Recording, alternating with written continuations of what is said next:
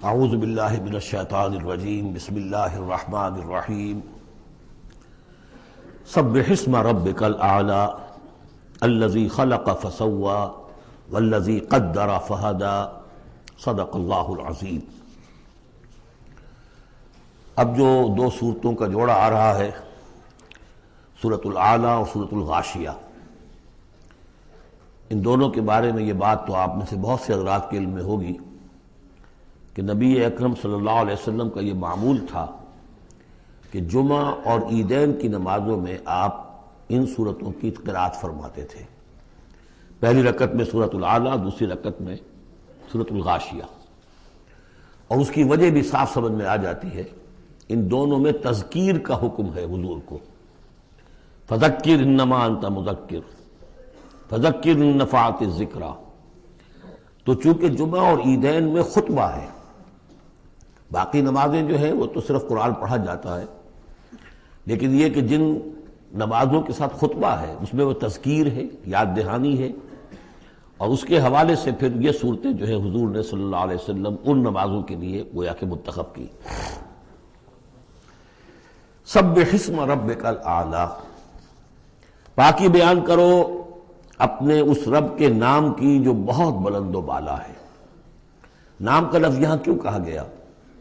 اس لیے کہ ہمارا جو بھی کوئی ذہنی رشتہ ہو سکتا ہے اللہ تعالیٰ کے ساتھ، جہاں تک اس کی ذات ہے، وراء الورا ثم وراء الورا ثم وراء الورا، اس کا کوئی تصور ہمارے لیے ممکن نہیں، ہمارے تخیل سے، تصور سے، وراء الورا ثم وراء الورا، ہمارا جو بھی اس کے ساتھ ذہنی قلبی رشتہ ہے اس کے ناموں کے حوالے سے ہے۔ وَلِلَّهِ الْأَسْمَاءُ الْحُسْنَىٰ فَادْعُوهُ بِهَا، لہذا تسبیح بھی ہوگی اللہ کی، تحمید بھی ہوگی تو اللہ کے ان اسماء کے حوالے سے ہوگی۔ الذی خلق فسوی والذی قدر فہدی، یہ چار الفاظ جو ہے بہت قابل توجہ ہیں۔ جیسے کہ اس سے پہلے ہم پڑھ چکے ہیں کہ تین الفاظ میں تخلیق کے عمل کو اللہ تعالیٰ نے واضح کیا تقسیم کرتے ہوئے، هو اللہ الخالق البارئ المصور۔ ایک شے کا پہلے ایک ذہن میں نقشہ بنتا ہے، پھر اس کا بالفعل اس کو پھر باہر جو ہے اس کا وجود آتا ہے، پھر اس کے فنیشنگ ٹچز ہوتے ہیں، پھر تصویر ہے اس کی۔ الخالق الباری المصور، یہ سورہ حشر کے آخر میں جو اسماء کا گلدستہ ہے سب سے بڑا قرآن حکیم میں، اس میں آخر میں یہی تین ہیں۔ یہاں چار الفاظ ہیں، خلق فسوا۔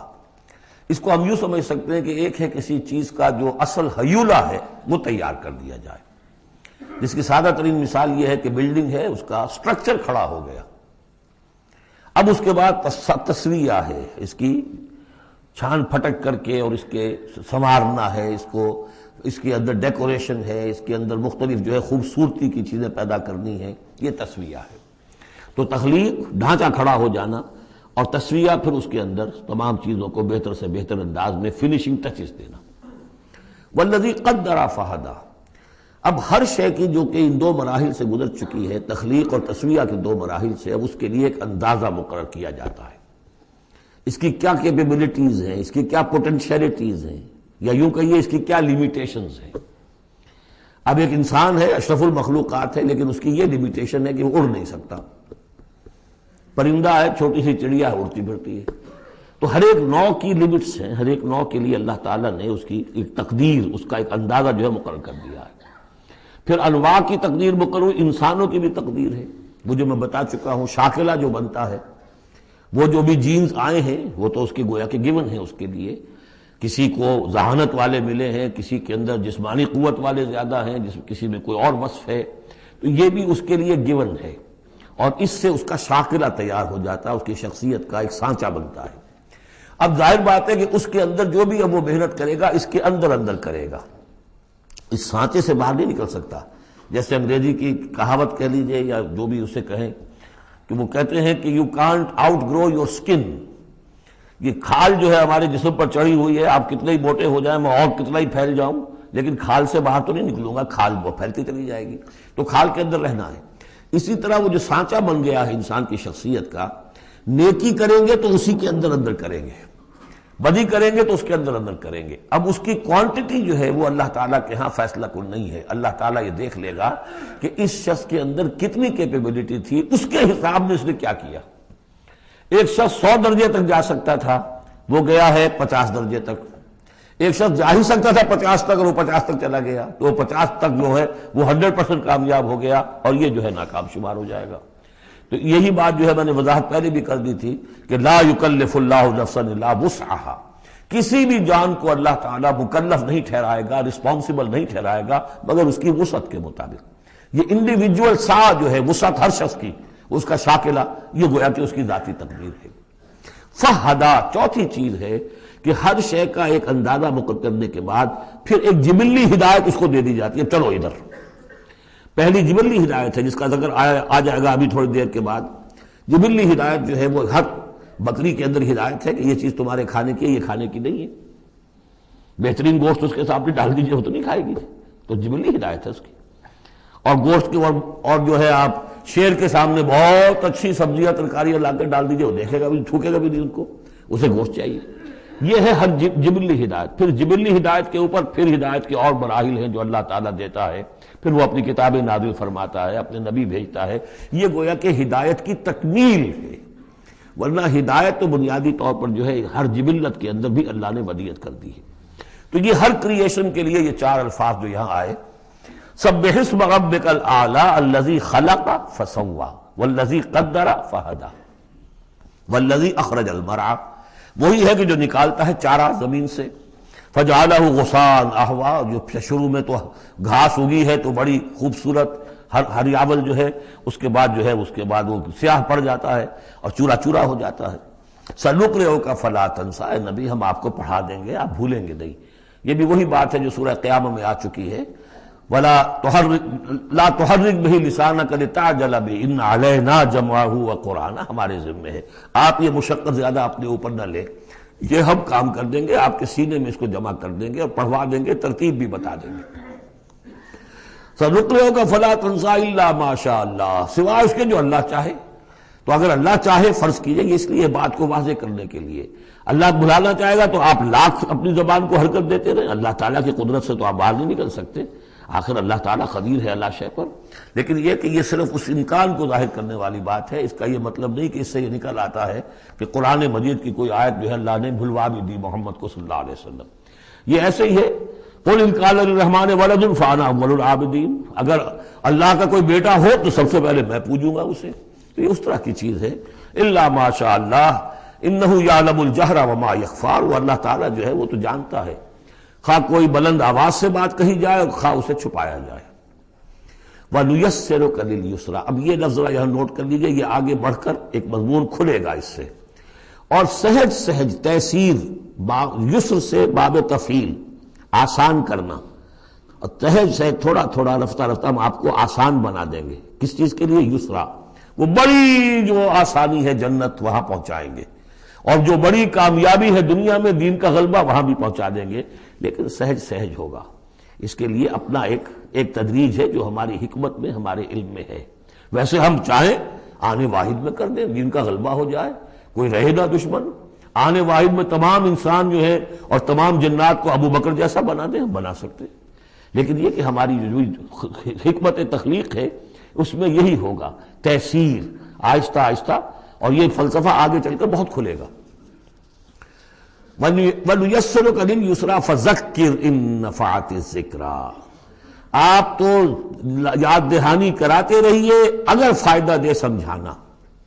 اور اس میں در حقیقت یہ ہے کہ ذکر جو ہے اللہ تعالیٰ کا اور اللہ تعالیٰ کی تذکیر جو ہے، اگر تو کہہ دیا ہے یہاں پر اگر فائدہ پہنچائے، لیکن اس کا یہ مطلب نہیں کہ اگر فائدہ پہنچائے تبھی تذکیر کی جائے، اس لیے کہ آگے آ رہا ہے سَيَذَّكَّرُ مَن يَخْشَىٰ، یعنی آپ اگر تذکیر کریں گے تو جس کے دل میں کچھ خوف ہے اس کو تو فائدہ ہو جائے گا نا۔ آپ تذکیر فرما رہے ہیں، نئی وحی آ گئی ہے، اسے آپ نے پڑھ کر سنایا ہے، وہ جن کو پرواہ نہیں ہے ان کو تو فائدہ نہیں ہوگا، لیکن آپ کے اہل ایمان ساتھیوں کے علم میں اضافہ ہوگا، ان کے اندر اور جو ہے ایمان جو ہے بڑھے گا۔ سَيَذَّكَّرُ مَن يَخْشَىٰ وَيَتَجَنَّبُهَا الْأَشْقَىٰ، البتہ جو شقی ہے، بدبخت ہے، وہ اس کا اپنا پہلو کترا جائے گا، وہ پہلو موڑ لے گا۔ الذی یصلی النار الکبریٰ، جس کا انجام پھر یہ ہونا ہے کہ وہ بڑی آگ میں جھونکا جائے گا، داخل ہوگا بڑی آگ میں۔ ثم لا یموت فیہا ولا یحییٰ، پھر نہ اس میں وہ مرے گا اور نہ زندہ رہے گا، نہ زندوں میں نہ مردوں میں۔ لا تبقی ولا تذر، سورہ مدثر میں جو آیت آئی تھی، ثم لا يموت فیہا ولا یحییٰ، پھر نہ اس میں اس کو موت آئے گی، نہ وہ زندوں میں ہوگا نہ مردوں میں۔ قد افلح من تزکا، یقیناً کامیاب ہو گیا وہ، یہ مضمون بھی آگے اب پھیلے گا اور بڑھے گا، ترقی کرے گا۔ قد افلح من تزکا، بے شک کامیاب ہوا وہ کہ جس نے تزکیہ حاصل کر لیا، اپنے آپ کو پاک کر لیا۔ یعنی انسانی روح جو ہے وہ اس جسم میں جب قید کی گئی ہے، بنایا گیا بہت بلند، لقد خلقنا الانسان فی احسن تقویم، پھر ڈالا ہے اس میں، اس حیوانی جسد کے اندر، ثم رددناہ اسفل سافلین۔ اب یہ کہ یہاں سے وہ چڑھائی چڑھنی پڑے گی، یہاں سے اوپر اٹھنا ہوگا، آپ کو محنت کرنی ہوگی، ہر انسان کو تزکیہ کرنا ہوگا، فلاح حاصل کرنے کے لیے کچھ اپنے جذبات کو کنٹرول کرنا ہوگا، کچھ اپنی شہوات کو دبانا ہوگا، اپنے نفس کا ضبط نفس کا سامان کرنا ہوگا، کچھ اپنی روح کی تقویت کا سامان کرنا ہوگا، جیسے کہ یہ دو طرفہ پروگرام رمضان کا ہے کہ دن میں روزہ رکھو اور اس جو حیوانی وجود ہے اسے ذرا کمزور کرو، تھوڑا سا مزمحل کرو، تاکہ اس کا دباؤ جو ہے اس روح ربانی کے اوپر، اس بدن میں کچھ کمی آئے۔ رات کو کھڑے ہو جاؤ اور اس روح کے اندر آبیاری، اس کے اوپر قرآن کے انوار کی بارش کرو، اس سے یہ کہ یہ روح تازہ ہوگی، زندہ ہوگی، اپنے رب کی طرف متوجہ ہوگی۔ یہ ہے عمل تزکا۔ قد افلح من تزکا وذکر اسم ربہ فصلی، اور اس نے دیا نام، اپنے رب کے نام کا ذکر کیا اور پھر نماز پڑھی۔ تو اس میں یہ کہ یہی شکل ہو چکی ہے جمعے کے اندر۔ پہلے جو ہے تذکیر کے لیے خطبہ ہوتا ہے، خطبہ جو تذکیر کے لیے ہے۔ چنانچہ جو حدیث ہے مسلم شریف میں، حضور کا معمول کیا تھا جمعے کے لیے، وہ جب ہم سورہ جمعہ پڑھ رہے تھے یہ باتیں اس وقت بیان کرنے کی تھی، لیکن یہ کہ وہ ہر روز کا جو ایک نصاب ہم بنا لیتے ہیں، وہ بڑی بڑی اہم چیزیں بھی بعض اوقات رہ جاتی ہیں۔ حضور کا معمول کیا تھا؟ کان للنبی صلی اللہ علیہ وسلم خطبتان یجلس بینہما یقرأ آیات القرآن ویذکر الناس۔ حضور کے دو خطبے ہوتے تھے، اس کے درمیان آپ بیٹھتے بھی تھے تھوڑی دیر کے لیے، حالانکہ خطبے آپ کے ہوتے تھے بہت ہی مختصر، کوئی تھکان کی وجہ سے نہیں آپ بیٹھتے تھے۔ میرے نزدیک یہ کہ جو 2 رکعتیں ہیں ظہر کی، اس کے قائم مقام ہے یہ 2 خطبے۔ ظہر کی 4 رکعتیں ہیں فرض، اور جمعے کی رہ گئی 2، تو 2 رکعتوں کے قائم مقام یہ 2 خطبے ہیں۔ اس کو ظاہر کرنے کے لیے حضور وقفہ ڈال کر اور ان کو 2 خطبے بناتے تھے۔ لیکن اس خطبے میں کرتے کیا تھے؟ یقرأ آیات من القرآن، قرآن مجید کی آیات پڑھ کے سناتے تھے، وَيُذَكِّرُ النَّاسَ، لوگوں کو یاد دہانی کراتے تھے۔ اور اس میں معاملہ کیا تھا؟ از دل خیزت بر دل ریزن، زبان کا حجاب تھا ہی نہیں، حضور کی زبان عربی اور جو سننے والے بیٹھے ان کی زبان عربی، تو لمبے چوڑی بات کی ضرورت بھی نہیں تھی، ہمیں تو معنی بتانے پڑتے ہیں، اس کا مفہوم بتانا پڑتا ہے، تب ترجمہ کرنا پڑے گا، کوئی نحوی اشکال ہو وہ بتانا ہوگا، انہیں کوئی ضرورت نہیں تھی، مختصر ترین خطبہ ہوتا تھا، اور اس میں تذکیر، یاد دہانی۔ اور اسی میں آتا ہے اصل میں وہ حدیث جو آتی ہے کہ وہ جو میں آپ کو بتا رہا تھا کہ وہاں اللہ تعالیٰ، اللہ کے نبی نے بتایا ہے کہ جو پہلی گھڑی میں، اگرچہ اس میں اختلاف ہے کہ اس سے مراد کیا ہے، ایک رائے تو یہ ہے کہ اشراق کے وقت جو لوگ پہنچ گئے مسجد میں، گویا کہ وہ پہلی ساعت میں مسجد میں آ گئے جمعے کے روز، ان کو اتنا ثواب ملے گا جتنا کہ ایک اونٹ کی قربانی سے ہوتا ہے۔ جو دوسری ساعت میں آئیں گے انہیں اتنا ثواب ملے گا جتنا ایک گائے کی قربانی کا، تیسری ساعت میں آئیں گے ان کو اتنا ثواب ملے گا جتنا ایک بکری یا میڑھا جو ہے اللہ کی راہ میں قربان کیا، چوتھی ساعت میں آئیں گے ان کے لیے ایسا ہے کہ ایک جو مرغی ہے وہ اللہ کی راہ میں صدقہ کر دی، اور جو 5ویں میں آئیں گے وہ ایسے جیسے کہ ایک انڈا اللہ کی راہ میں خیرات کر دیا۔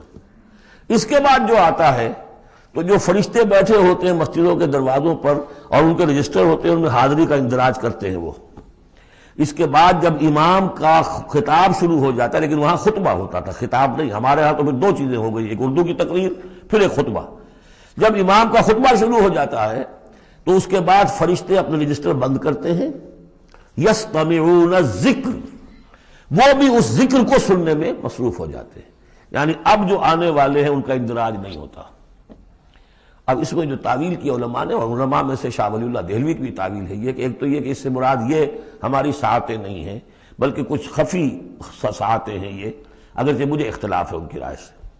البتہ دوسری بات انہوں نے جو کہی ہے کہ اس میں جو اندراج نہیں ہوتا وہ اس معنی میں کہ فضیلت اب نہیں رہی، فضیلت گئی، فرض کی ادائیگی تو ہو جائے گی، چاہے خطبے کے دوران بھی آپ پہنچ گئے ہیں تب بھی جمعے کی فرض کی ادائیگی تو ہو جائے گی، لیکن فضیلت کا معاملہ، دفتر فضیلت ہے جو فرشتے بند کرتے ہیں اب آپ کا اندراج نہیں ہوگا جب امام نے خطبہ شروع کر دیا۔ تو وہ ہے کہ ذکر اسم ربہ، پہلے خطبے میں اللہ کا نام لیا، ذکر کیا، پھر نماز پڑھی۔ یہ ترتیب گویا کہ جمعے کے اندر ہو رہی ہے۔ بل تؤثرون الحیات الدنیا، تمہارا اصل مرض کیا ہے؟ تم دنیا کی زندگی کو ترجیح دیتے ہو۔ اللہ اللہ خیر صلی اللہ، میں نے یہی کہا تھا نا کہ بما قدم واخر، کسے آگے رکھا کسے پیچھے رکھا، سارا فیصلہ تو اس میں ہے۔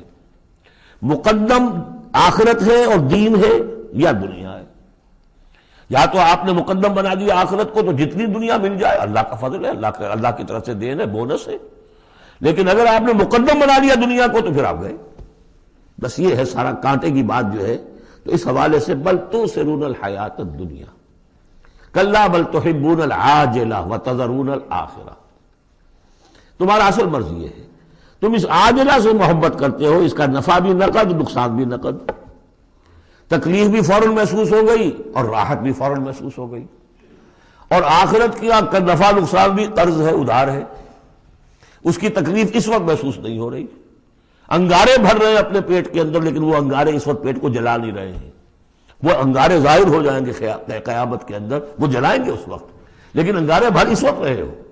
جو فرمایا کہ جو یتیموں کا مال ہڑپ کرتے ہیں ناحق طور پر، یا اولئک ما یاکلون فی بطونہم الا النار، وہ آگ بھر رہے ہیں اپنے پیٹوں کے اندر، لیکن اس وقت وہ آگ ٹھنڈی ہے، شوگر کوٹڈ ہے، اوپر اس کے انسولیشن ہے، وہ آپ کے معدے کو جلاتی نہیں جا کر، لیکن وہی ہے تو آگ۔ بہرحال تم ترجیح دیتے ہو دنیا کو، والآخرۃ خیر وابقیٰ، جبکہ آخرت بہتر بھی ہے اور باقی رہنے والی ہے۔ ان ھذا لفی الصحف الاولی، یہی بات تھی پرانے صحیفوں میں۔ اصل میں یوں سمجھیے کہ جو کانٹے کی بات ہے وہ یہ ہے، جو اصل شے ہے ہدایت اور ضلالت کی جو بات ہے، راز وہ یہ ہے، کس کو مقدم کس کو مؤخر، دنیا یا آخرت۔ صحف ابراہیم و موسیٰ، صحف اولا یعنی ابراہیم کے صحیفے اور موسیٰ کے صحیفے، ان کا ذکر پہلے بھی آیا ہے، تو موسیٰ کے صحیفے ہمیں معلوم ہے، ابراہیم کے نہیں۔ جیسا کہ میں نے عرض کیا، میری ایک رائے ہے کہ جو ہندوؤں کے ہے اپنشد، وہ میرے نزدیک صحف ابراہیمی کی بگڑی ہوئی بدلی ہوئی شکلیں۔ سورۃ الغاشیہ، بسم اللہ الرحمن الرحیم، هل اتاک حدیث الغاشیہ، کیا پہنچ چکی ہے تمہارے پاس اس ڈھانپ لینے والے کی خبر؟ وہ جب آئے گی قیامت ڈھانپ لے گی۔ وجوہ یومئذ خاشعہ، یہ مضمون دیکھیے سورہ قیامہ میں بھی آیا تھا، وجوہ یومئذ ناظرۃ الی ربہا ناظرہ ووجوہ یومئذ باسرۃ تظن ان یفعل بہا فاقرہ۔ پھر سورہ عبس میں آ چکا ہے، وجوہ یومئذ مسفرۃ ضاحکۃ مستبشرہ ووجوہ یومئذ علیہا غبرۃ ترہقہا قطرہ۔ یہاں دیکھیے وجوہ یومئذ خاشعہ، بہت سے چہرے اس دن ہوں گے ذلیل ہوئے دبے ہوئے جھکے ہوئے، عاملۃ ناصبہ، ایسے کہ جیسے بڑی کوئی مشقت جھیلی ہے، اس کا تکان کے اثرات ہے، ایگزاسٹڈ ہے۔ تصلیٰ نارا حامیہ، وہ داخل ہوں گے ایک تپتی ہوئی آگ میں، دہتی ہوئی آگ میں۔ تسقیٰ من عین آنیہ، انہیں پلایا جائے گا وہ پانی کے جو کھولتا ہوا ہوگا، ایک ایسا چشمہ جس کا پانی کھولتا ہوا ہوگا۔ لیس لہم طعام الا من ضریع، نہیں ہوگا ان کے لیے کھانے کے لیے غذا مگر جھاڑ کانٹوں والا، کانٹوں والی جھاڑیاں، یا وہ زقوم جس کا ذکر پہلے ہو چکا ہے۔ لا یسمن ولا یغنی من جوع، نہ تو وہ موٹا کرے اور نہ وہ بھوک ہی کو مٹائے، یعنی یہ کہ کھانے کے دو ہی فائدے ہوتے ہیں، آپ کے جسم کو تقویت حاصل ہو، یا یہ کہ کم سے کم بھوک کا احساس تو ختم ہو جائے، ان دونوں میں سے کوئی شے نہیں ہوگی۔ اب اس کے برعکس وجوہ یومئذ ناعمہ، بہت سے چہرے ہوں گے اس روز تر و تازہ، جیسے کہ ناز و نام میں پلے ہوئے لوگ ہوتے ہیں ان کے چہرے۔ لسعیہا راضیہ، وہ اپنی سعی اور جو بھی انہوں نے دنیا میں محنت کی تھی اور اس کے جو بھی انہوں نے مشقت کی تھی، اثار و قربانی کا معاملہ کیا تھا، اس کا جو نتیجہ ان کے سامنے آئے گا اس سے راضی ہوں گے۔ لسعیہا، یہ انہی کی کوشش تھی، محنت تھی، لیکن آج اللہ نے قبول فرما دی۔ اولئک کان سعیہم مشکورا، وہ لوگ ہوں گے کہ جن کی سعی جو ہے اللہ تعالیٰ کے یہاں مقبول ہو جائے گی تو وہ راضی ہوں گے۔ فی جنت عالیہ، ایک باغ میں جو بہت بلند ہوگا، اونچا۔ لا تسمع فیہا لاغیہ، اس میں وہ کوئی لغو بات بھی نہیں سنیں گے، کوئی لغو بات سننے سے بھی انسان کو کوفت ہوتی ہے۔ تو اور تو کوئی بات کیا جھوٹ سننا یا کوئی الزام، یہ تو اس کا سوال نہیں، لغو بات بھی نہیں سنیں گے۔ فیہا عین جاریہ، اس میں ایک چشمہ ہے جاری، چلتا ہوا بہتا ہوا۔ فیہا سرر مرفوعہ، اس میں اونچے تخت ہیں رفیع۔ واکواب موضوعہ، اور آب خورے ہیں، کپس ہیں، جام ہیں کہ جو رکھے ہوئے بڑے حساب سے، بڑی عمدگی سے چنے ہوئے۔ ونمارق مصفوفہ، اور قالین ہیں جو صف کے اندر بچھائے ہوئے ساتھ کے ساتھ لگا کر۔ وزرابی مبسوسہ، اور مخمل کے نہالچے ہیں جو ہر جگہ جگہ پھیلے ہوئے ہیں، تھوڑی دیر کے لیے ادھر جا کے بیٹھنا ہے تو وہاں بھی ہے۔ افلا ينظرون الى الابل كيف خلقت، یہ وہ آیات ہے قرآن کی کہ جس میں جو علامہ اقبال نے کہا ہے کہ آبزرویشن، دیکھو اور پھر نتیجے نکالو۔ یہ جو کلچر ہے یہ قرآن نے پیدا کیا ہے۔ توہمات، ایسے ہی بنائے ہوئے عقائد جن کے لیے کوئی سند نہیں، نہ عقل میں ہے اور نہ نقل میں ہے۔ یا تو وہی ہے، ریویلڈ نالج ہے جو اس میں ہے، عقل میں آئے یا نہ آئے وہ اللہ کی بات ہے، وہ ماننی ہے۔ لیکن اس کے بعد اس سے ماورا کوئی بات جو خلاف عقل ہے وہ نہیں مانیں گے۔ وہ پھر ہونی چاہیے ان السمع والبصر والفؤاد کل اولئک کان عنہ مسئولا، پھر اس سے ہے۔ تو اب دیکھو افلا ينظرون الى الابل كيف خلقت، تو کیا یہ غور نہیں کرتے، دیکھتے نہیں ہیں کہ اونٹوں کو کیسے بنایا گیا ہے، ان کے جسم کی کتنی ہم آہنگی ہے ان کے ماحول کے ساتھ۔ پورے ہفتے انہیں پانی نہ ملے لیکن وہ چلتے رہیں گے، کھانے کو نہ ملے چلتے رہیں گے۔ ان کے پاؤں ایسے بنائے کہ دھستے نہیں ہیں ریت کے اندر۔ کیف خلقت وإلی السماء کیف رفعت، اور آسمان کیسے اس کو بلند کیا گیا ہے۔ یہ اسٹرانومی والوں کا فیلڈ ہے، وہ سمجھے کیسے ہے یہ۔ وإلی الجبال کیف نصبت، اور یہ جو پہاڑ ہے یہ کیسے گاڑ دیے گئے، یہ جیولوجی والوں کا فیلڈ ہے، وہ اس پر تحقیق کریں۔ وإلی الارض کیف سطحت، اور زمین کو نہیں دیکھتے کیسی بچھا دی گئی ہے۔ ویسے اس کا ایک خاص وہ سمجھ لیجئے پس منظر بھی ہے کہ کن چیزوں کی طرف، ویسے تو ہر کائنات کی ہر شے اللہ کی نشانی ہے۔ ان فی خلق السماوات والارض واختلاف اللیل والنہار والفلک التي تجری فی البحر بما ينفع الناس وما انزل الله من السماء من ماء فاحیا به الارض بعد موتها وبث فيها من كل دابة وتصريف الرياح والسحاب المسخر بين السماء لآیات لقوم یعقلون، ہر شے آیت ہے۔ شیخ سعدی کہتے ہیں برگ درختان سبز در نظر ہوشیار، ہر ورق دفترست از معرفت کردگار۔ یہ جو درخت ہیں ان کے جو پتے ہیں یہ ہرے ہرے پتے، جو دیکھنے والی آنکھ ہے اس کو تو یہ ہم میں سے ہر پتا ایک دفتر نظر آتا ہے معرفت کا، اللہ تعالیٰ کی معرفت کا۔ اور آج ہمیں معلوم ہوا ہے کچھ نہ کچھ، آج سے پہلے لوگوں کو معلوم نہیں تھا کہ ہر پتے میں ایک فیکٹری ہے، فوٹو سنتھسس کی فیکٹری ہے، کہ جو یہ سولر انرجی ہے اسے وہ جذب کر رہی ہے اور اس کو جو ہے کنورٹ کر رہی ہے، وہی انرجی ہے جو لکڑی کے اندر سٹور ہو رہی ہے، پھر آپ لکڑی جلا کر نکال لیتے ہیں، یہ آگ کہاں سے آ گئی؟ وہی سولر انرجی، اس کی سورس وہی ہے، اور اس سولر انرجی کو، سورج کی اس حرارت کو جذب کر رہا ہے یہ پتا، اور وہاں وہ عمل جاری، ہر پتا ایک فیکٹری ہے فوٹو سنتھسس کی۔ تو برگ درختان سبز در نظر ہوشیار، ہر ورق دفترست از معرفت کردگار۔ لیکن یہاں چار چیزوں کا ذکر جو ہوا ہے یہ ایک خاص پس منظر ہے۔ آپ کو معلوم ہے کہ ان لوگوں کے جو پہلے مخاطب تھے قرآن کے، ان کی زندگی گزرتی تھی سفروں میں، لیلۃ الشتاء والصیف، اور سارا یہ حجاز کا علاقہ تھا۔ جب یہ چلتے تھے تو چلتے ہوئے کیا چیز ہے؟ اونٹ پر تو سوار ہیں، اوپر آسمان ہے، دانے بائیں پہاڑ ہے، نیچے زمین ہے۔ یہ چار چیزیں وہ تھی کہ جو ان کے لیے ہر وقت ہر آن ان کی نگاہوں کے سامنے۔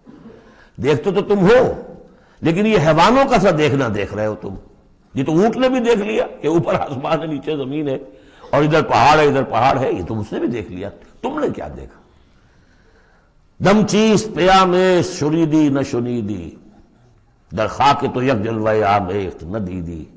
یہ سانس جو آ رہا ہے یہ پیام ہے، کوئی پیغام ہے اللہ کا، کبھی سنا ہے کہ نہیں سنا؟ اور تمہاری خاک کے اندر ایک جلوہ بھی ہے، جلوہ ربانی، روح ملکوتی بھی ہے، کبھی دیکھا ہے اس کو؟ دیدن دیگر آموز شریدن دیگر آموز۔ یہ صرف حیوانوں کا سا دیکھنا اور حیوانوں کا سا سننا، اس سے ذرا آگے بڑھو، انسانوں کا سا دیکھنا، انسانوں کا سا سننا سیکھو۔ تو یہ ہے وہ کہ اب ان کو دیکھو، ان چیزوں کو آبزرو کرو، ان کی حکمتوں کو دیکھو، ان کو انویسٹیگیٹ کرو۔ اس میں قوانین فطرت جو ہیں، قوانین طبعی ہیں، ان کا انکشاف ہوگا۔ یہ ساری چیزیں تمہارے لیے مسخر کر دی گئی ہیں، تم ان کو ماسٹر کرو، ان کو اپنے استعمال کرو، ایکسپلائٹ کرو، یہ سارا کام تمہارے لیے ہے۔ تمہیں خلافت دی گئی ہے زمین کی، پوری دنیا تمہارے لیے بنائی گئی ہے، خلق لکم ما فی الارض جمیعا، تمہارے لیے بنائی گئی۔ لیکن یہ کہ اس میں توہمات ہو جائیں تو پھر ظاہر بات ہے کہ وہ علم کا راستہ رک جائے گا۔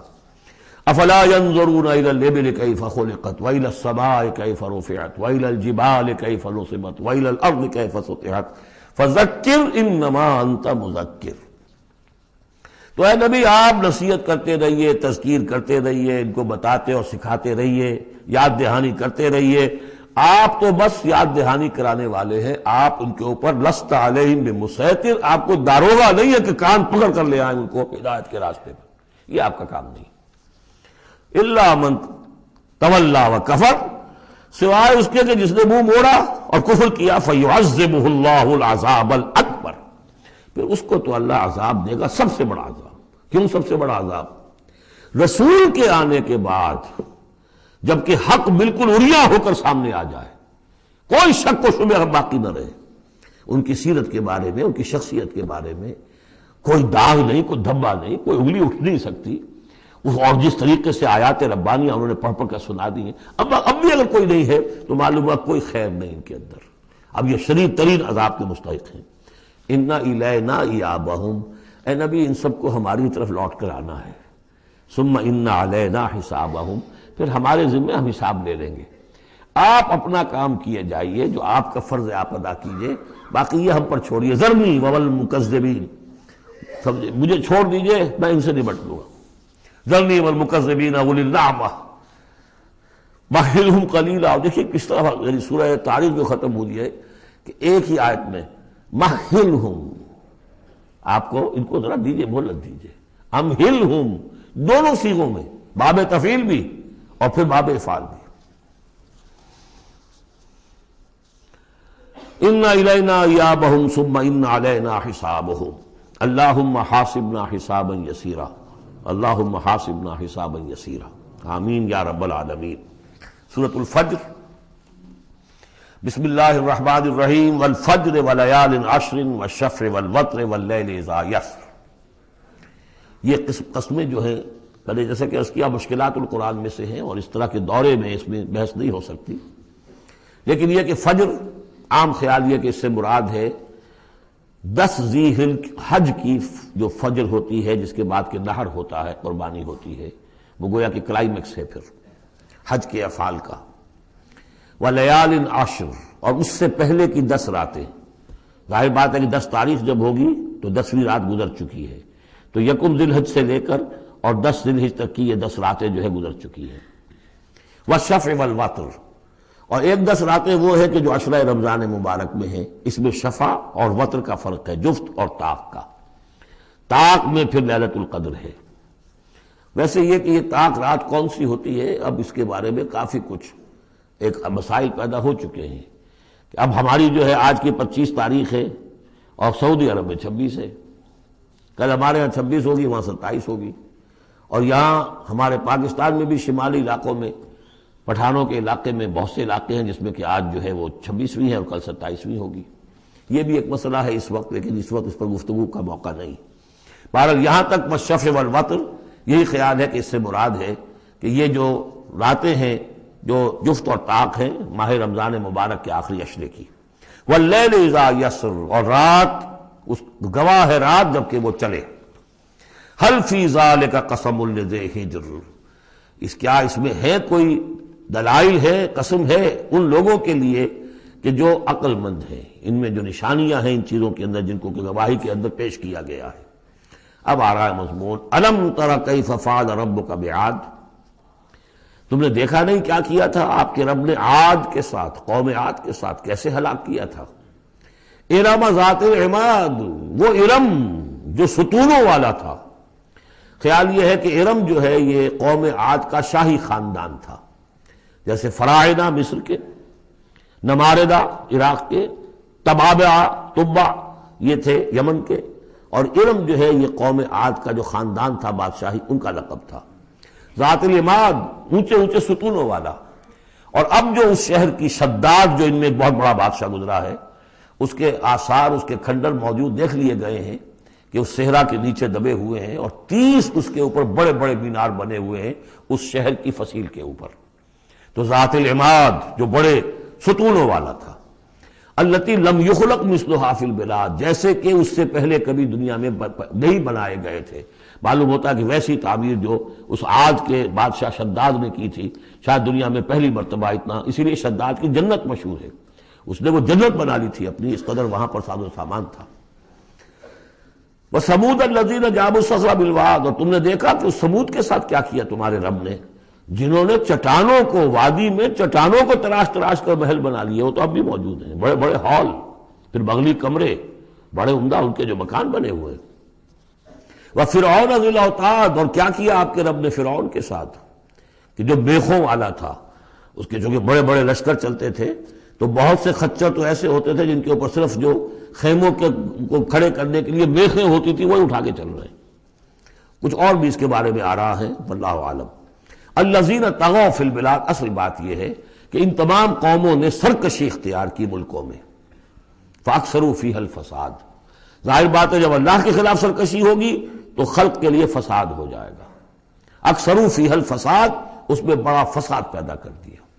آج جو فساد ہے ہیوز اور ہیو ناٹس کا، نارتھ ورسز ساؤتھ، ایک فساد ہے، دنیا میں ہے، چل رہا ہے، جس طریقے سے کہ پیسہ کھینچ رہی ہیں یہ قومیں، G7 اور G9، یہ اگرچہ ان کے لیے بھی پرابلمز پیدا ہو رہے ہیں، اور بھی دور فلک ہیں ابھی آنے والے، ناز اتنا نہ کرے ہم کو ستانے والے، ان کی بھی اپنی جو ہے اندر سے رگیں کٹ رہی ہیں، لیکن بہرحال ایک زمانے میں انہوں نے فساد مچایا۔ ظہر الفساد فی البر والبحر بما کسبت ایدی الناس فصب علیہم ربک صوت عذاب، تو پھینکا اور دے مارا ان کے اوپر ان کے رب نے عذاب کا کوڑا۔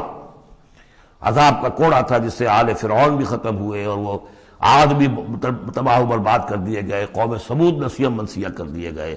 ان ربک لبالمرصاد، جان لو کہ تمہارا رب تاک میں بیٹھا ہوا ہے، گھات میں ہے، جو کوئی ایسی سرکشی کرے گا اس کا پھر یہی حشر کرے گا۔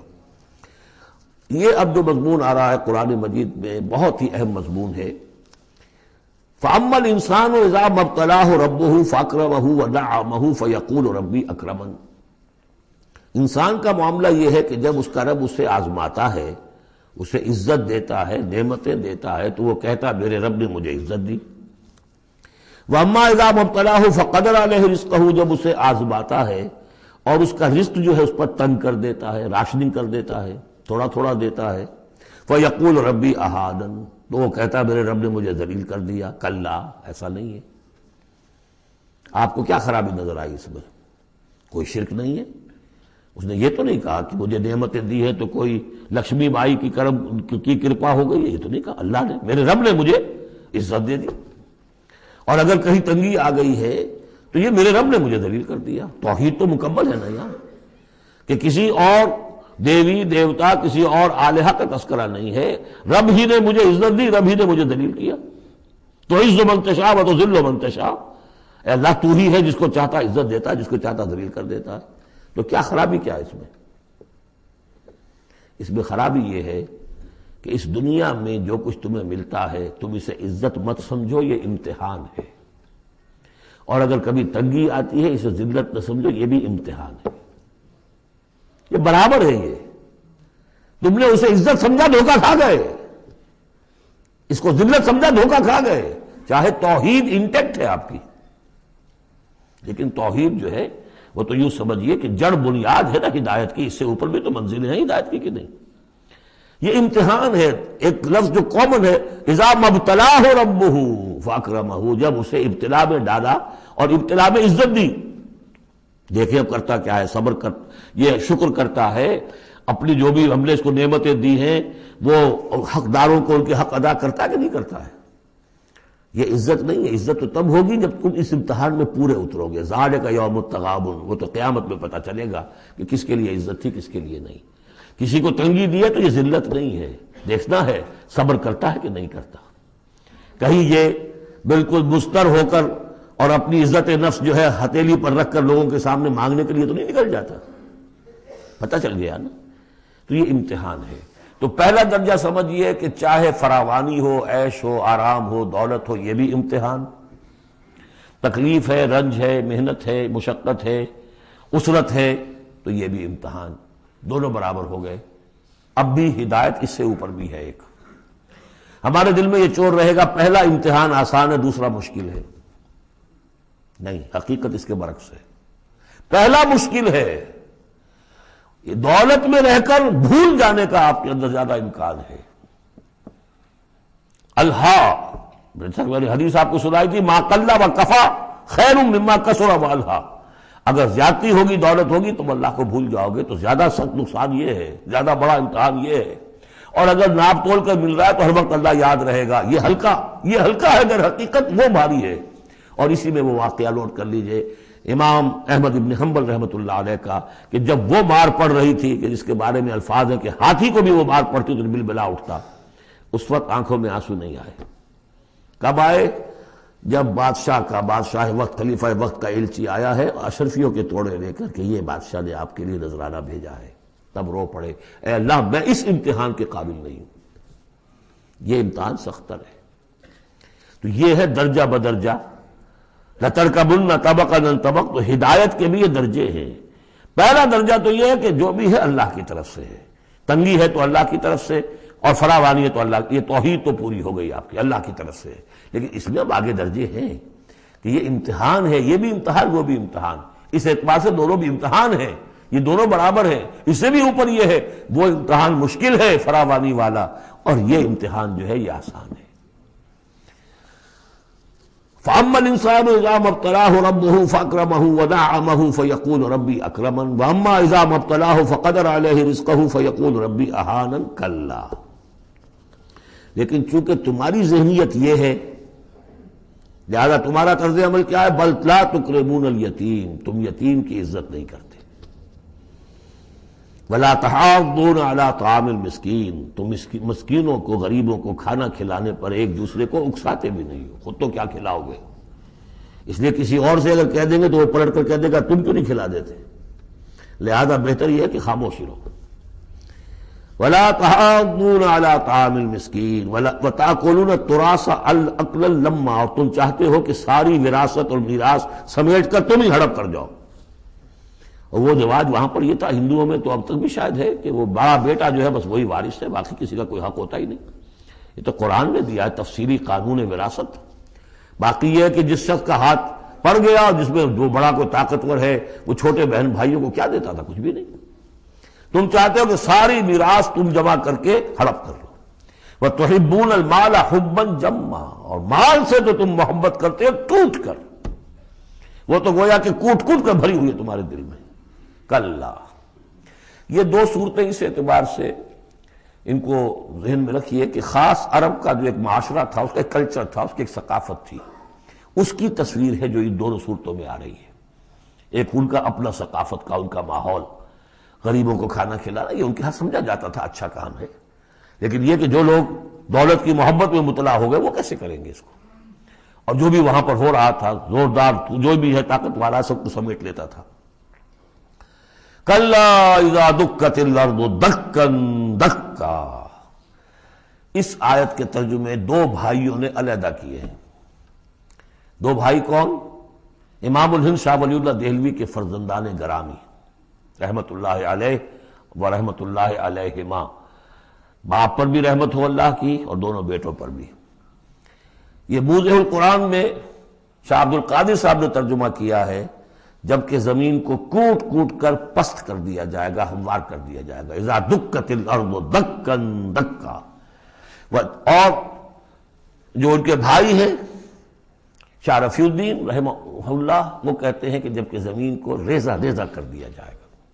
اب عربی زبان کے اندر یہ سارے احتمالات ہوں گے، میں پہلے ترجمے کو ترجیح دیتا ہوں کہ زمین کو کوٹ کوٹ کر چپٹا کر دیا جائے گا، پھیلا دیا جائے گا۔ وَجَاءَ رَبُّكَ وَالْمَلَكُ صَفًّا صَفًّا، سورہ حاقہ میں آپ نے پڑھا تھا کہ اس روز فَيَوْمَئِذٍ فَإِذَا انشَقَّتِ السَّمَاءُ فَكَانَتْ وَرْدَةً كَالدِّهَانِ، یہ تو ہم نے پڑھا سورہ رحمان میں۔ اور پھر یہ کہ وہاں پڑا بھربھرا سا ہو جائے گا، وَالْمَلَكُ عَلَىٰ أَرْجَائِهَا، اس کے کناروں کے اوپر جو ہیں وہ فرشتے ہوں گے، وَيَحْمِلُ عَرْشَ رَبِّكَ يَوْمَئِذٍ عرش ربک فوقہم یومئذ ثمانیہ، اور 8 فرشتے اس روز اللہ کے عرش کو لے کر اتریں گے. جاء ربک والملک صفا صفا. اس سے اندازہ ہوتا ہے کہ قصہ زمین برسر زمین ہی طے ہوگا. جو ہم نے کمایا، جو گنوایا، یہی کمایا یہی گنوایا.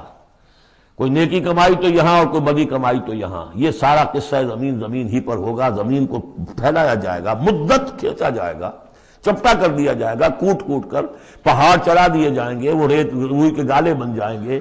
نہ اس میں کہیں کوئی موڑ ہوگا، نہ اونچائی ہوگی، نہ ڈھلوان ہوگی. سورہ طٰہٰ میں ایک بار سے تو یہ ساری چیزیں کر کے پھر یہیں پر اللہ تعالیٰ کا نزول اجلال ہوگا، اس کی کوئی تجلی ہوگی جس کو لے کر کے خاص طور پر 8 فرشتے جو ہیں وہ نازل ہوں گے. وَجَاءَ رَبُّكَ وَالْمَلَكُ صَفًّا، فرشتے ہوں گے صفے باندھے ہوئے. وَجِيءَ يَوْمَئِذٍ بِجَهَنَّمَ، اور لے آئی جائے گی اس دن جہنم بھی. اور جیسا کہ میں نے عرض کیا غالباً وہ اسی زمین میں سے نکل آئے گی. یہی جو اندر موجود ہے، جو لاوا نکلتا ہے کبھی، ان تمام جو بھی یہ آتش فشاں پہاڑ ہوتے کہاں سے نکلتا ہے؟ یہ اندر ہے زمین کے. اگر اس کو کوٹ دیا جائے، اس کو کھینچا جائے تو وہی چیز ظاہر ہو جائے گی، سامنے آ جائے گی. واللہ عالم. یومئذ یتذکر الانسان وانیٰ لہ الذکریٰ، اس دن انسان کو سبق یاد آئے گا، یاد کرے گا، چیتے گا وہ انسان. یہ شاہ صاحب کا لفظ تھا، چیتے گا انسان. یاد آ جائے گا اسے کہ وہ کیا کر کے لایا تھا یہاں پہ، اور اسے پوری نصیحت حاصل ہو جائے گی. لیکن اب یہ نصیحت کس کام کی؟ یومئذ یتذکر الانسان وانیٰ لہ الذکریٰ، اب یہ کس لیے؟ اب تو اس کا کوئی فائدہ نہیں. وہ تو دنیا میں اگر تم نے دیکھا ہوتا، سوچا ہوتا، حقائق تم پر منکشف ہوتے تو فائدہ تھا. یہاں تو نہیں. یقول یا لیتنی قدمت لحیاتی، وہ کہے گا ہائے کاش میں نے اپنی زندگی کے لیے کچھ آگے بھیجا ہوتا. یہ لفظ نوٹ کیجیے، حیاتی. میری زندگی تو اصلی یہ ہے، آج معلوم ہوا مجھے. میں تو دنیا کی زندگی کو زندگی سمجھتا رہا. وہ زندگی نہیں تھی، وہ زندگی کی تمہید تھی. وہ ایک امتحانی وقفہ تھا. چھانٹی کرنے کے لیے اللہ تعالیٰ نے تمہاری بڑی طویل زندگی میں، وہ زندگی برطرز اندیشہ سود و زیاں ہے زندگی، ہے کبھی جاں اور کبھی تسلیم جاں ہے زندگی. تو اسے پیمانہ امروز و فردا سے نہ ناپ، جاویداں پہ ہم دواں ہر دم جواں ہے زندگی. اس زندگی کا تھوڑا سا حصہ کاٹ لیا موت کا وقفہ ڈال کر. یہ ہے آپ کا ٹیسٹنگ پیریڈ. خلق الموت والحیات لیبلوکم ایکم احسن عملا. تو امتحان پاس کرتے ہو اچھے مستقبل کے لیے. اس امتحان کو پاس کرنا تھا اس آخرت کے لیے. اب وہ کہے گا یقول یا لیتنی قدمت لحیاتی، کاش کہ میں نے اپنی زندگی کے لیے کچھ آگے بھیجا ہوتا. فیومئذ لا یعذب عذابہ احد، تو اس دن وہ عذاب دے گا کہ جیسا عذاب کوئی نہ دے سکے. لا یعذب عذابہ احد، اس کا سا عذاب نہ دے سکے کوئی اور. ولا یوثق وثاقہ احد، اور اس کا سا باندھنا نہ باندھ سکے کوئی اور. لیکن اسی وقت کچھ قسمت ہوں گے، کوئی خوش قسمت، جن سے کہا جائے گا یا ایتھا النفس المطمئنہ، اے نفس مطمئنہ. کون؟ جو اس زندگی میں، امتحانی زندگی میں مطمئن ہو کر اپنے رب کی بندگی میں لگا رہا، یکسوئی کے ساتھ اس کے دین کے ساتھ چمٹا رہا. مطمئن. یا ایتھا النفس المطمئنہ ارجعی الی ربک راضیۃ مرضیہ، اب لوٹ جاؤ اپنے رب کی طرف اس حال میں کہ تم اس سے راضی، وہ تم سے راضی. رضی اللہ عنہم ورضوا عنہ فادخلی فی عبادی، داخل ہو جاؤ میرے نیک بندوں میں. اولئک مع الذین انعم اللہ علیہم من النبیین والصدیقین والشہداء والصالحین. جاؤ ادھر جاؤ. فادخلی جنتی، اور داخل ہو جاؤ میری جنت میں. اللہم ربنا اجعلنا منہم. بڑی ہمت کرنی پڑے گی یہ کہنے کے لیے کہ پروردگار ہمیں ان میں شامل فرما دے. سورۃ البلد، اب یہ اس کا جوڑا ہے. بسم اللہ الرحمن الرحیم. لا اقسم بہذا البلد. یہ میں نے نہیں وضاحت کی آپ کے سامنے یہ لا اقسم کیوں ہے. لا اقسم، لا اقسم بیوم القیامہ، لا اقسم بالنفس اللوامہ، فلا اقسم بالشفق واللیل وما وسق. یہ لا جو ہے نافیہ نہیں ہے، یہ لا ہے اس معنی میں تم جو کہہ رہے ہو غلط ہے، میں قسم کھاتا ہوں قیامت کے دن کی. اسی طرح تمہارے دماغ میں جو بیٹھا ہوا غلط نہیں، جیسے کہ انگریزی میں نے I swear by the day of judgment, لیکن ہوتا کیا ہے انگریزی میں نے کے بعد کوما لگ جاتا ہے تو آپ کو پتہ چل گیا یہ علیحدہ ہے، لیکن عربی میں یہ کومے وغیرہ ہے نہیں. تو لا اقسمو میں نہیں قسم کھاتا یہ نہیں ہے، نہیں قسم ہے مجھے قیامت کے دن کی، نہیں قسم ہے مجھے اس شہر کی. کون سا شہر؟ مکہ مکرمہ. کیوں؟ یہ ابھی بات میں واضح ہو جائے گی. وَأَنْتَ حِلٌّ بِهَذَا الْبَلَدِ، اور اے نبی آپ حلال کر لیے گئے ہیں اس شہر میں. اور کچھ لوگوں نے ترجمہ کیا ہے آپ کے لیے حلال ہو جائے گا یہ شہر، یعنی یہ کہ ایک وقت آئے گا کہ اس شہر میں خونریزی کرنا آپ کے لیے اس کی اجازت ہو جائے گی، حالانکہ یہ جو ہے بلد الحرام ہے.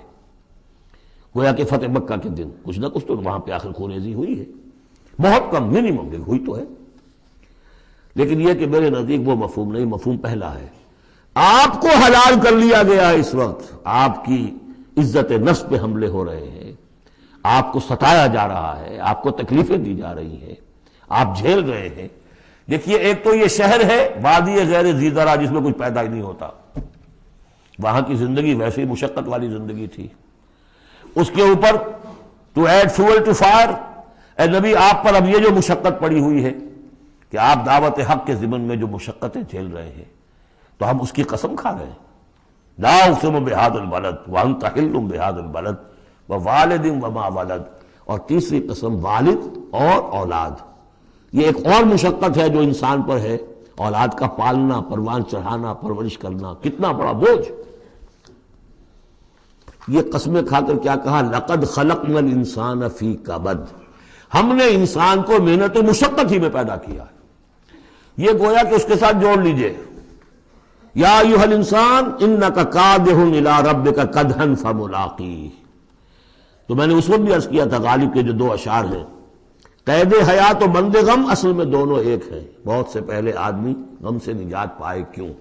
مشقت تو یہاں ہر ایک کے لیے، محنت ہے، مشقت ہے، تکلیف ہے، مسائل ہیں، پریشانیاں ہیں، کوفت ہے، ہر شخص کے لیے. بس ذرا سا فرق ہے، کوئی ایئر کنڈیشن کمرے میں بیٹھا ہوا ہے لیکن چین نہیں ہے. ایئر کنڈیشن کمروں کے اندر مخملی گندیلوں پر نیند نہیں آ رہی ہے. کوئی شخص ہے کہ جس کو مشقت جو ہے جسمانی ہے، کسی کی مشقت جو ہے وہ نفسیاتی ہے، مشقت ہے. لقد خلقنا الانسان فی کبد، یہاں کوئی بھی اس کبد سے، اس مشقت سے مستثنا نہیں ہے. قید حیات و بند غم اصل میں دونوں ایک ہیں. موت سے پہلے آدمی غم سے نجات پائے کیوں؟ لیکن وہاں سورہ انشقاق میں اس سے اگلا مرحلہ ہے کہ اب تو گھبرا کے یہ کہتے ہیں کہ مر جائیں گے، مر کے بھی چین نہ پایا تو کدھر جائیں گے، مرنے کے بعد پھر کھڑے ہونا اللہ کے حضور میں جا کر. فملاقی یا ایھا الانسان انک کادح الی ربک کدحا فملاقیہ فاما من اوتی کتابہ بیمینہ. اب یہ وہاں پر مسئلہ ہو جائے گا. تو انسان کے لیے مشقت اور محنت جو ہے یہ اس کا مقدر ہے. ووالد وما ولد لقد خلقنا الانسان فی کبد ایحسب ان لن یقدر علیہ احد. اس محنت و مشقت میں جو انسان پڑے ہوئے ان کے تمرد کا حال دیکھو، ابو جہل کو دیکھو اکڑا ہوا ہے. اگر ان کے لیے دنیا میں آسانیاں ہوتی تو یہ کیا کرتے، کیا ستم ڈھاتے، کیا بغاوتیں کرتے. کیا انسان یہ سمجھتا ہے کہ اس کے اوپر کوئی قابو نہیں پائے گا؟ یقول اہلکت مالا لبدا، یہ اب ان کا کلچر ہے. بڑے فخر سے کہتا میں نے تو بڑا ڈھیروں مال جو ہے شیخی مارتا ہے، میں نے ہلاک کر دیا، میں نے کھانے کھلائے، غریبوں کو کھلائے. یہ بھی ان کی مسابقت رہتی تھی. ان میں جو لوگ تھے، اب ابو جہل کا بھی قول یہی ہے نا، جب اس سے پوچھا گیا کہ کیا تمہارے خیال میں محمد جھوٹے ہیں صلی اللہ علیہ وسلم، انہوں نے کہا نہیں، ان کا بھی جھوٹ نہیں بولا. پھر تم کیوں نہیں ان پر ایمان لاتے؟ کہ بھائی بات یہ ہے ہمارا ان کا مقابلہ تھا، بنو ہاشم کا اور ہمارے خاندان کا. انہوں نے کھانے کھلائے، ہم نے ان سے بڑھ کر کھلائے. انہوں نے اور خدمت کی، حجاج کی، ہم نے ان سے بڑھ کر کی. ابھی تک تو ہم کندھے سے کندھا جوڑے چلے آ رہے ہیں. اب اگر ہم ان کی نبوت مان لیں تو ہم تو ہمیشہ کے لیے غلام ہو جائیں گے. یہ صورت مجھے گوارا نہیں. Give the devil his due، اس نے بالکل صحیح بات کہی. جھوٹا میں نہیں سمجھتا محمد کو صلی اللہ علیہ وسلم. کتنا اخلاقی روب تھا حضور کا اس پر، وہ ہم پڑھ لیں گے آگے چل کر جب سورہ علق ہم پڑھیں گے، وہ بعد میں اسی وقت کے لیے موضوع ہے. تو وہ شیخی مارتے تھے میں نے اتنا مال ہلاک کر دیا، اتنا خرچ کیا، اتنا غریبوں میں لٹایا. اَيَحْسَبُ أَن لَّمْ يَرَهُ أَحَدٌ، کیا اس کا گمان ہے اسے کسی نے دیکھا نہیں ہے؟ اگر تو واقع تم اس نے نیکی کی تھی تو جس کے لیے نیکی کی تھی اس نے تو دیکھ لیا ہے، بیان کیوں کر رہا ہے؟ اگر اللہ کو راضی کرنے کے لیے کوئی کیا تھا تو اس کے تو علم میں ہے. أَلَمْ نَجْعَل لَّهُ عَيْنَيْنِ، کیا ہم نے اس کو دو آنکھیں نہیں دی؟ وَلِسَانًا وَشَفَتَيْنِ، اور زبان دی اور دو ہونٹ دیے. وَهَدَيْنَاهُ النَّجْدَيْنِ، اور ہم نے اس کو راہ دکھلا دی دو گھاٹیوں کی. دو گھاٹیوں کی ہدایت دے دی. اس میں عام رائے تو یہ ہے کہ اس سے مراد ہے نیکی اور بدی، لیکن یہ کہ مجھے اس رائے سے زیادہ اتفاق ہے جن کے خیال میں اس سے مراد ہیں ماں کی دو چھاتیاں. ابھار ہوتے ہیں، نجدین اس کو کہتے ہیں جو چیز ابھری ہوئی ہو. یہ جبلی ہدایت ہے جو بچہ لے کر آیا ہے. کس نے پڑھایا اس کو؟ کس نے یہ سکھایا ہے اس کو کہ جاؤ چوسو اور تمہارے اندر دودھ آ جائے گا، تمہیں جو ہے غذا مل جائے گی؟ یہ ہدایت ہے اللہ کی. وہ میں نے ایسا کہا تھا جبلی ہدایت. الذی خلق فسوی والذی قدر فہدی، یہ ہدایت تو وہ لے کے آیا بچہ. اسے معلوم ہے میری غذا کہاں ہے. اس کی ماں میں، اس کے منہ میں جاتا ہے ماں کا دودھ اور وہ اس کو چوستا ہے اور پیتا ہے. کہیں سے سیکھ کر آیا ہے، کوئی ٹریننگ اس کو دی گئی. وَهَدَيْنَاهُ النَّجْدَيْنِ، بہرحال دونوں معنی آپ ذہن میں رکھیے. فَلَقْتَحَمَ الْعَقَبَةَ، لیکن وہ گھاٹی کو عبور نہ کر سکا. گھاٹی کون سی ہے بھائی؟ وَمَا أَدْرَاكَ مَا الْعَقَبَةُ، جانتے ہو وہ گھاٹی کون سی ہے؟ فَكُّ رَقَبَةٍ، کسی گردن کا چھڑا دینا، آزاد کر دینا، کسی غلام کو آزاد کرا دینا اپنا مال خرچ کر کے، یا کسی مقروض کا قرضہ ادا کر دینا اپنے مال سے. او اطعام فی یوم ذی مسغبہ، یا کھانا کھلا دینا بھوک کے دن جبکہ اپنے بھی لالے پڑے ہوئے ہوں، قحط کا عالم ہو، اور آدمی کو نظر آ رہا ہو کہ میرا اپنا سٹور بھی جو ہے گندم کا ختم ہو رہا ہے، پھر بھی کھانا کھلائے بھوکے کو. یتیما ذا مقربۃ، اس یتیم کو کہ جو قرابت دار بھی ہے، بھتیجا ہے، بھانجا ہے. او مسکینا ذا متربہ، یا وہ محتاج جو مٹی میں رل رہا ہے. ثم كان من الذين آمنوا وتواصوا بالصبر وتواصوا بالمرحمہ. دیکھیے یہ ہے وہ فلسفہ جو سورہ حدید میں آیا تھا، اب اچھی طرح سمجھ لیجئے. اس میں سے انسان کا اس گھاٹی میں سے نکل جائے گا تو آگے رستہ صاف ہے. وہ اصل جو بریک لگا ہوا ہے وہ مال کی محبت کا ہے. اس کو کھولو گے پھر گاڑی چلاؤ، چلے گی گاڑی. جس کے دل میں یہ مال کی محبت ہے، جو مال کو خرچ نہیں کر سکتا کسی بھی ضرورت مند کے اوپر، کسی ادائے حقوق کے اندر، اب وہ شخص جو ہے وہ تو گویا کہ اس گھاٹی سے نکلا ہی نہیں. اسے ایمان کی کہاں نعمت میسر آئے گی. ایمان لے بھی آئے گا اس حال میں تو منافق ہوگا. سمجھ رہے میری بات کو؟ اگر یہ گند دل میں سے نکلا نہیں، پاک نہیں ہوا، تو ایمان لے بھی آئے گا کسی وجہ سے تو منافق بنے گا، مومن تو نہیں بن سکتا صحیح معنی میں. اس گندگی کو دور کرو. جیسا کہ ہم نے وہاں پڑھا تھا، اعلموا ان اللہ یحیی الارض بعد موتہا قد بینا لکم الآیات لعلکم تعقلون ان المصدقین والمصدقات واقرضوا اللہ قرضا حسنا یضاعف لهم ولهم اجر کریم والذین آمنوا باللہ ورسلہ. یہ منزل طے کر کے اگر ایمان لایا ہے انسان تو اولئک هم الصدیقون والشہداء، وہ ان کے مراتب عالیہ کھلے ہوئے ہیں. ادھر جاؤ یا ادھر جاؤ اپنی استاد طبع اور مزاج کے مطابق. یہاں بھی وہی ہے، پہلے یہ کام کیے ہو فلقتحم العقبہ، اگر اس گھاٹی کو عبور کر لے. اور گھاٹی کون سی ہے؟ فک رقبۃ او اطعام فی یوم ذی مسغبۃ یتیما ذا مقربۃ او مسکینا ذا متربہ ثم کان من الذین آمنوا وتواصوا بالصبر وتواصوا بالمرحمہ. زمین کے اندر سے یہ گند آپ نے نکال دیا، شورینی زمین کے اندر جو بھی تھا اس کو صاف کر کے اب بیج ڈالیے ایمان کا. ثم، یہ زمین تیار ہو گئی ہے، اب بیج ڈالیے. ثم کان من الذین آمنوا، پھر ہوا وہ ان لوگوں میں شامل کہ جو ایمان لائے اور تواصوا بالصبر وتواصوا بالمرحمہ. یہ مضمون یہاں آ گیا ہے، والعصر ان الانسان لفی خسر الا الذین آمنوا وعملوا الصالحات وتواصوا بالحق وتواصوا بالصبر. اور یہاں پہ ترتیب بدلی ہوئی ہے، وہاں ایمان کے بعد عمل صالح یا عمل صالح کے بعد ایمان ہے. وہاں تواصی بالحق کے بعد تواصی بالصبر ہے، یہاں تواصی بالصبر پہلے ہے، تواصی بالمرحمہ بعد میں ہے. تو اس میں تقابل سے بہت سے جو حقائق ہیں وہ کھلتے ہیں. اب وقت تیزی سے ختم ہو رہا ہے. ثم کان من الذین آمنوا وتواصوا بالصبر وتواصوا بالمرحمہ، اگر اس گھاٹی کو عبور کر کے آدمی آئے اور پھر وہ ایمان لانے والوں میں شامل ہو تو پھر اس کا معاملہ اولئک هم الصدیقون والشہداء عند ربهم، اولئک اصحاب المیمنہ، یہ ہوں گے میمنہ والے، داہنے والے۔ وہ داہنے والا ہم پڑھ چکے ہیں سورہ واقعہ میں بھی، فاصحاب الیمین ما اصحاب الیمین واصحاب الشمال ما اصحاب الشمال فالسابقون السابقون کنتم ازواجا ثلاثا، تین گروہوں میں تم تقسیم ہو جاؤ گے۔ پھر یہ بھی ہو سکتا ہے ان کو جو اعمال نامے دیے جائیں گے داہنے ہاتھ میں دیے جائیں گے، ان کو جو اعمال نامے تھمائے جائیں گے وہ بائیں ہاتھ میں تھمائے جائیں گے۔ اولئک اصحاب المیمنہ، ویسے یمن کا لفظ آتا ہے خوش بختی کے لیے، تو یہ خوش بخت لوگ ہیں، یہ کامیاب ہو گئے، یہ رشد اور سعادت کی منزلوں کو پا گئے، یہ فوز اور فلاح تک پہنچ گئے۔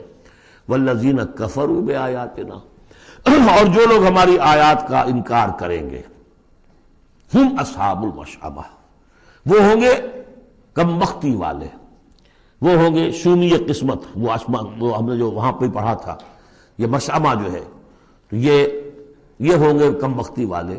علیہم نار موصدہ، ان پر آگ بند کر دی جائے گی، یعنی ایک وہ ہے آگ کہ جس کا باہر نکل رہے ہیں، لپٹیں نکل رہی ہیں، ایک یہ کہ بند کر دیا جائے تو ساری حرارت اندر ہی اندر رہے، گویا کہ جسے دم پخت کہتے ہیں آپ، پوری کی پوری جو ہے ان کے اوپر آگ موند لی جائے گی۔ علیہم نار موصدہ، اللہ تعالی ہمیں اس سے بچائے اور ہمیں اللہ تعالی اپنی شان غفاری اور شان رحیمی کی طفیل ہمیں اصحاب جنت میں داخل فرمائے۔ بارک اللہ لی ولکم فی القرآن العظیم۔